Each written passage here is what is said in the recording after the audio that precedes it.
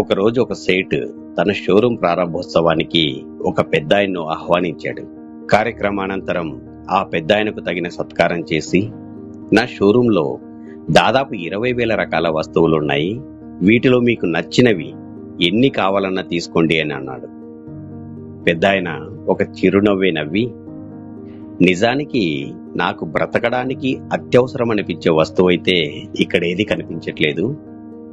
అయినా ఒక మనిషి సుఖంగా ఉండడానికి ఇన్ని వస్తువులు అవసరమంటారా?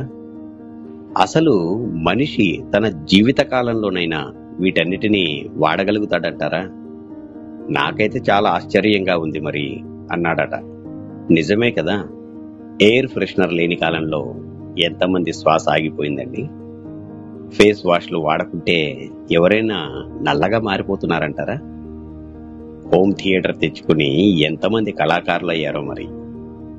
మృదువుగా, ఒత్తుగా, నల్లగా నిగనిగలాడి జుట్టున్న వాళ్ళంతా హెయిర్ కండిషనర్స్ వాడుతున్నట్లయినా డైనింగ్ టేబుల్ మీద భోజనం చేసేవారికి మోకాళ్ళ నొప్పులు రావట్లేదా?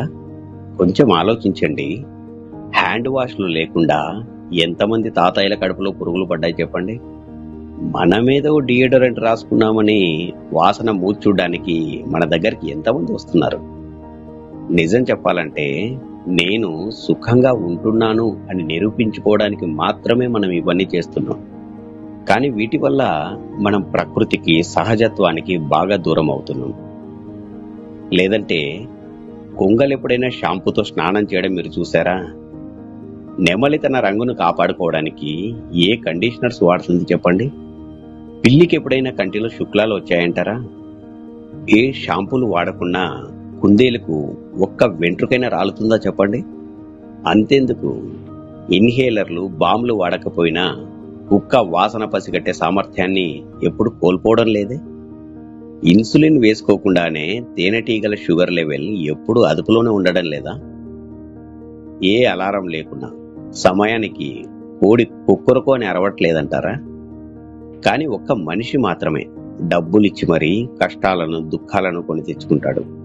కరెంటు పోతే ఒక చింత, ఇంటర్నెట్ బంద్ అయితే మరో చింత, మొబైల్ ఛార్జర్ పని చేయలేదని ఒకరు విసుక్కుంటే కేబుల్ టీవీ రాలేదని మరొకరు ఏడుస్తారు. మేకప్ సరిగా లేదని ఓ అమ్మ బెంగ పెట్టుకుంటే మ్యాచింగ్ డ్రెస్సే దొరకట్లేదని ఓ అమ్మాయి నిరాశ. ఎటు చూసిన ప్రపంచంలో చింత, దుఃఖం, భయం, నిరాశ, నిస్పృహలే కనిపిస్తున్నాయి. ఒక మనిషి 10 నిమిషాల్లో కనీసం ఓ 20 సార్లైనా అసంతృప్తికి, అశాంతికి, అసహనానికి గురవుతున్నాడనడంలో ఎటువంటి సందేహమూ లేదు. కానీ పచ్చడి మెతుకులు తిని ఆరు బయట చెట్టు కింద ఒక పేదవాడు హాయిగా నిద్రపోగలుగుతున్నాడు. అటువంటి వాడిని ఏడిపించాలంటే మాత్రం ఆ దేవుడు దిగి రావాల్సిందే. సుఖమన్నది వాస్తవానికి ప్రతి ఒక్కరి అంతరంగంలోనే దాగి ఉంది. అది ఆత్మ స్వధర్మం. మనల్ని మనం యథార్థంగా గుర్తించగలిగిన నాడు, ఎదుటివారిని మనలాగే చూడగలిగిన నాడు ఆ సుఖమెంతో దూరం లేదు. కానీ మనమంతా ఆర్భాటాలకు, హంగులకు, ఇతరుల ముందు మనల్ని మనం ప్రదర్శించుకోవడానికి అలవాటు పడ్డాం చూసారా? లేదంటే మనిషి సుఖంగా జీవించడానికి పెద్ద ఖర్చేమీ కాదు.